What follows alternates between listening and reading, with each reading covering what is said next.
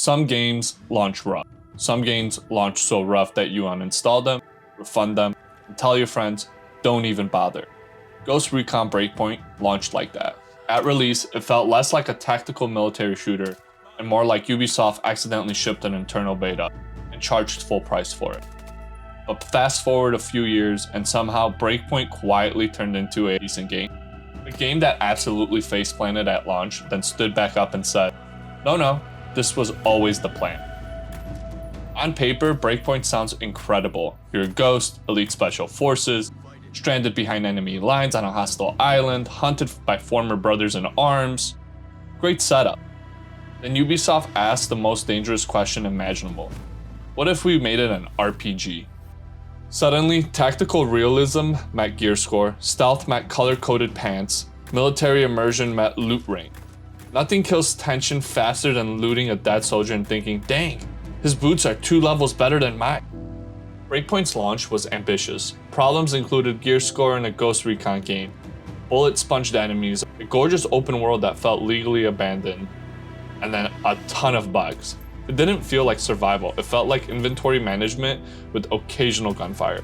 Players didn't just complain, they collectively went, yeah, no, and left. Here's where the story takes a turn no one expected. Ubisoft listened. I know, I was shocked too. And they added Immersive Mode, which lets you turn off gear score, remove loot tiers, customize difficulty, HUD, stamina, injuries, everything. Suddenly, enemies die when you shoot them. What a concept. Breakpoint finally started feeling like a tactical shooter again, not Destiny with camouflage. Once fixed, Breakpoint actually does a lot right. Headshots matter, positioning matters, panic matters. Stealth is legit, you can literally cover yourself in mud and disappear, which feels ridiculous, but also kind of awesome. Customization is deep, weapons, classes, perks, loadouts. You control how hardcore it is. You want realism? You got it. You want an arcade? Unfortunately, yes, also available. At its best, Breakpoint is tense, slow, and methodical. At its worst, it's you crawling through bushes for 5 minutes only to miss a shot and alerted the entire island.